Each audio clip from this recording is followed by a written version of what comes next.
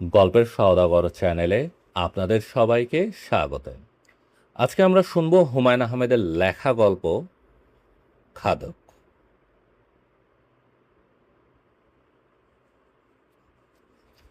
আমি লোকটির বয়স আন্দাজ করার চেষ্টা করছি। তার তেমন প্রয়োজন ছিল না।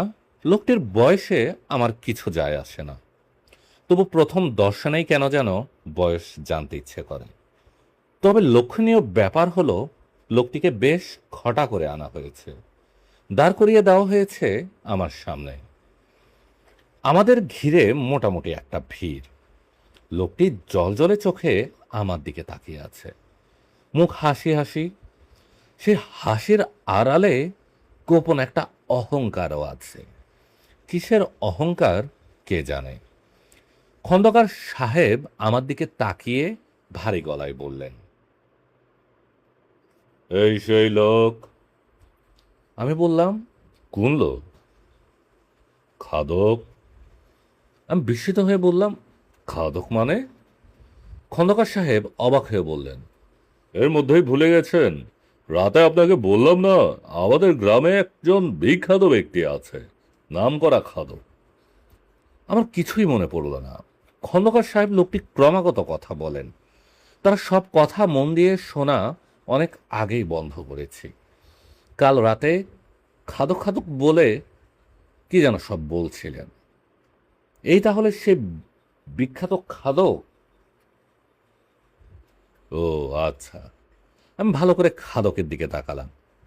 রোগা বেটে খাটো একজন মানুষ, মাথায় চুল নেই, সামান্য গোফ আছে। গোফ এবং ভ্রুর চুল সবই পাকা। পরিষ্কার একটা পাঞ্জাবি গায়ে। শরীরে পরিষ্কার তাই না, স্ত্রী করা। পরনের লুঙ্গি গাঢ় নীল রঙের, পায়ে রবারের জুতা। জুতা জোড়াও নতুন, সম্ভবত বাক্সে তুলে রাখা হয়। বিশেষ বিশেষ উপলক্ষে পায়ে দেওয়া হয়, যেমন আজ দেওয়া হয়েছে। আমি বললাম, আপনার নাম কি? আমার নাম মতি, খাদক মতি। এই বলেই সে এগিয়ে এসে পা ছুঁয়ে সালাম করল। বুড়ো একজন মানুষ আমার পা ছুঁয়ে সালাম করবে, আমি এমন কোনো সম্মানিত ব্যক্তি না। খুবই হকচকিয়ে গেলাম। অপ্রস্তুত গলায় বললাম, আরে এসব আপনি কি করছেন?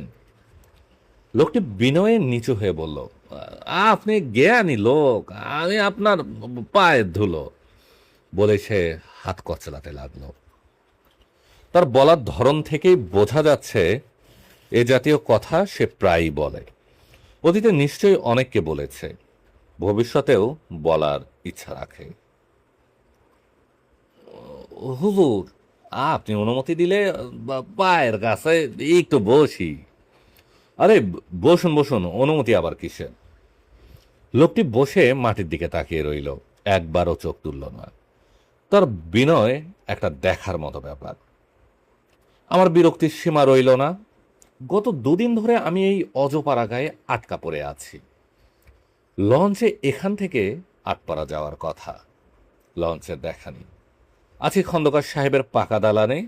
ইনি এই অঞ্চলের একজন পয়সাওয়ালা মানুষ, নিজের মায়ের নাম স্কুল দিয়েছেন। খন্দকার সাহেব আমার অতি দূর সম্পর্কের আত্মীয়, কিন্তু তাতে কোনো অসুবিধা নেই। আদর যত্নে অতিষ্ঠ হয়ে উঠছি। এই সঙ্গে যোগ হয়েছে গ্রামের দর্শনীয় বস্তুর সঙ্গে আমার পরিচয় করে দেবার পালা।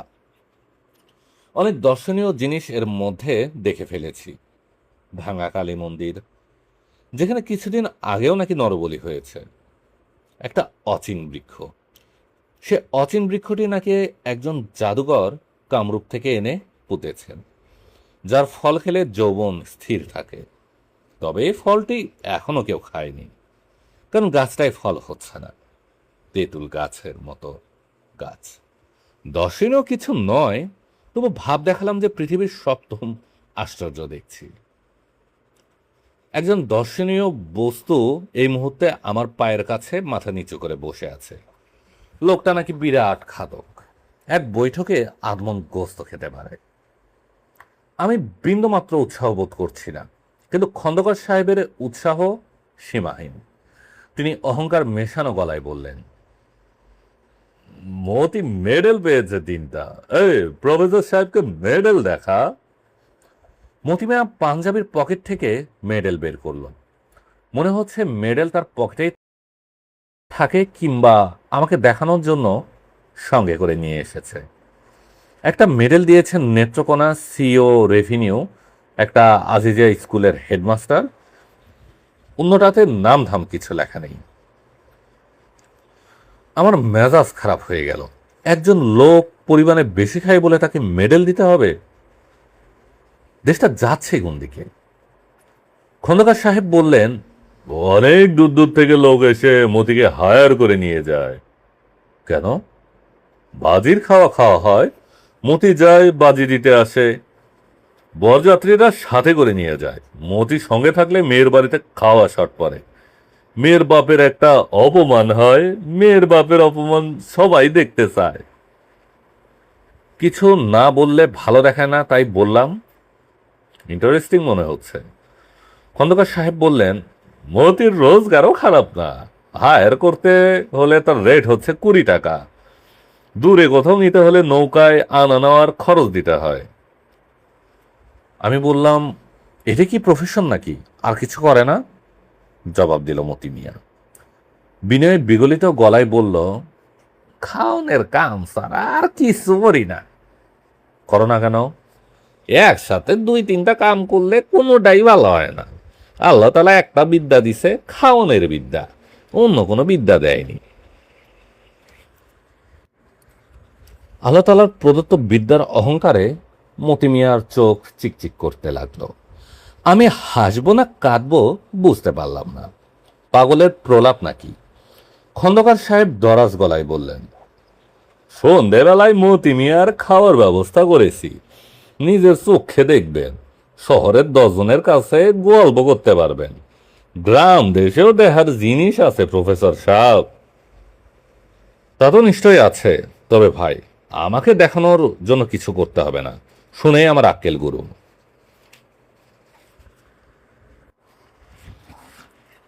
না দেখলে বুঝবেন না।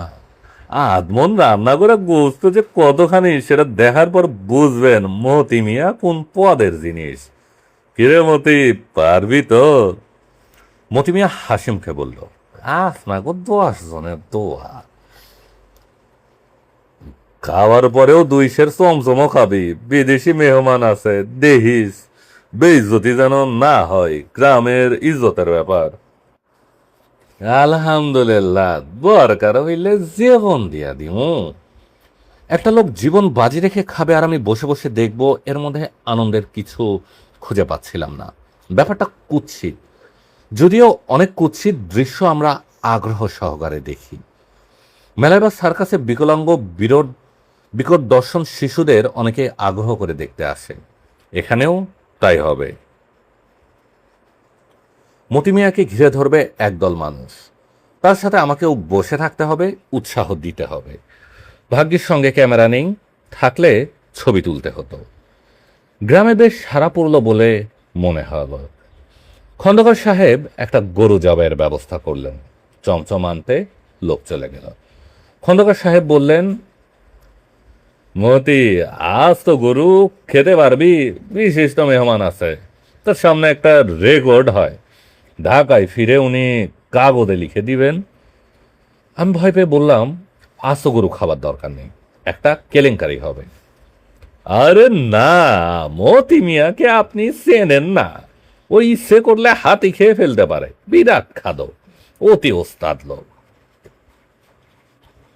এরকম ওস্তাদ বেশি না থাকাই ভালো, খেয়ে সব শেষ করে দিবে। আরে না, খাওয়াবে কে বলেন ভাই? খাওয়ানোর লোক আছে? লোক নেই, খাওয়া খাদ্যও নেই। এই যে গরু জবাই দিলাম, তার দাম 3000 টাকা। দেশের অবস্থা খুব খারাপ রে ভাই। রান্নার আয়োজন চলছে। মতি মিয়া বসে আছে আমার সামনে, হাসি হাসি মুখে। মাঝে মাঝে বিড়ি খাবার জন্য বারান্দায় উঠে যাচ্ছে, আবার এসে বসছে। আমি বললাম, এত যে খান, খাওয়ার টেকনিকটা কি? মতি মিয়া নড়ে চড়ে বসল, উৎসাহের সঙ্গে বলল, গোস্ত চিপা দিয়া রস ফালাইয়া দিতে হয়। কিছুক্ষণ পর পর একটু কাঁচা লবণ মুখে দিতে হয়। পানি খাওয়া নিষেধ। তাই নাকি? যে আর চাবাইতে হয় খুব ভালো কইরা। গোস্ত যখন মুখের মধ্যে তুলার মতো হয় তখন গিলতে হয়। কায়দা কানুন অনেক আছে দেখি। বসারও কায়দা আছে। বসতে হয় সিধা হইয়া, যেন পেটের উপরে চাপ না পড়ে। এসব শিখেছেন কোত্থেকে? নিজে নিজে বাইর করছি জনাব, ওস্তাদ কেউ আসছিল না। আমারে তুমি কইরা বলবেন, আমি আপনার গোলাম। মতিমিয়া খুব আগ্রহ নিয়ে নানান ধরনের গল্প শুরু করলো। সবাই খাদ্য বিষয়ক। 2 বছর আগে কোন এক প্রতিমন্ত্রী নাকি নেত্রকোনায় এসেছিলেন। মতিমিয়া তার সামনে আদমন জিলেপি খেয়ে তাকে বিস্মিত করেছে। খাইতে খুব কষ্ট হয়েছে জনাব। কষ্ট কেন? জিলাপির ভিতরে থাকে রস, রসটা গন্ডগোল করে। মন্ত্রী সাহেব খুশি হয়েছিলেন? যে খুব খুশি। ছবি তুলেছিলেন, 200 টাকাও দিয়েছিলেন। বিশিষ্ট ভদ্রলোক। বলেছিলেন ঢাকায় নিয়ে যাবেন, প্রেসিডেন্ট সাহেবের সামনে খাওয়ানোর ব্যবস্থা করবেন। প্রেসিডেন্ট সাহেবরে খুশি করবার পারলে কপাল ফিরত। কথা ঠিক না?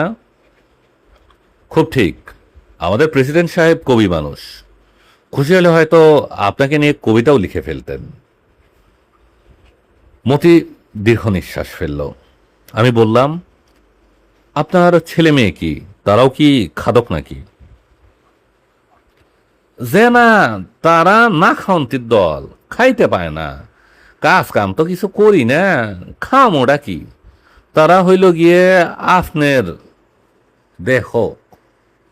সেটা আবার কি? তারা দেহে। আমি যখন খাই তখন দেহে। দেহনের মধ্যেও আরাম আছে। মতিমিয়া বিমর্ষ হয়ে পড়ল। এই প্রথম বারান্দায় না গিয়ে আমার সামনেই বিড়ি ধরে খক খক করে কাশতে লাগলো। খাওয়া শুরু হলো রাত 10টার দিকে। একটা হেজাক জ্বালিয়ে উঠোনে খাবার আয়োজন করা হলো। এই প্রচণ্ড শীতে কাঁথা গায়ে গ্রাম ভেঙে লোকজন এসেছে। মতিমিয়া খালি গায়ে আসন পিড়ি হয়ে বসেছে। ধ্যানস্থ মূর্তির। খন্দকার সাহেব এসে আমার পাশে দাঁড়ালেন, হাসি মুখে বললেন, কেমন দেখছেন? ভালো। বলেছিলাম না বিরাট খাদক। তাই তো দেখছি। শুয়ে পড়েন, শেষ হতে দেরি হবে। সকাল 10টার আগে শেষ হবে না। এখন খাওয়া স্লো হয়ে যাবে। তাই নাকি? যে শেষের দিকে এক টুকরো গোস্ত গিলতে 10 মিনিট সময় নেয়। আমি মতির দিকে তাকিয়ে বললাম, কি মতি, খারাপ লাগছে? যে না। খারাপ লাগলে বাদ দাও, বাকিটা তোমার বাচ্চারা খেয়ে নিবে। খন্দকার সাহেব বললেন, অসম্ভব, একটা রেকর্ড করছে দেখছেন না? তুমি চালিয়ে যাও মতি। ভাই, আপনি গিয়ে শুয়ে পড়ুন। আমি শুয়ে পড়লাম। শুয়ে শুয়ে অনেক চেষ্টা করলাম মতি মিয়ার চরিত্রে কিছু মানবিক গুণ ঢুকিয়ে দিতে। নানাভাবেই তা সম্ভব। রাত 1টার দিকে যদি মতি মিয়া ঘোষণা করে, বাকি গোস্ত আমি আর খাবো না, হার মানলাম, এখানে যারা আছে তারা খা, তাহলেই হয়। কিংবা দৃশ্যটা আরও হৃদয়স্পর্শী হয় যদি শেষ দৃশ্যটা এরকম হয়, মতিমিয়ার বাচ্চারা সব ঘুমিয়ে পড়েছে, একজন শুধু জেগে আছে। মতিমিয়া গোস্তের শেষ টুকরোটি মুখে তুলে দিয়ে থমকে যাবে, মুখে না দিয়ে এগিয়ে দিবে শিশুটির দিকে। সবাই তখন চেঁচিয়ে উঠবে, করো কি, করো কি, বাজিতে হেরে যাচ্ছ তো, এটা খাও। মতিমিয়া দীর্ঘ নিঃশ্বাস ফেলে বলবে, হারলে হারব। আমি জানি বাস্তবে তা হবে না। সকাল 10টা হোক 11টা হোক, মতিমিয়া খাওয়া শেষ করবে, কোনো দিকে ফিরেও তাকাবে না। এত কিছু দেখলে খাদক হওয়া যায় না। আপনারা শুনছিলেন হুমায়ুন আহমেদের লেখা গল্প খাদক। এরকম আরও গল্প উপন্যাস শুনতে চাইলে আমাদের গল্পের সওদাগর চ্যানেলে চোখ রাখুন।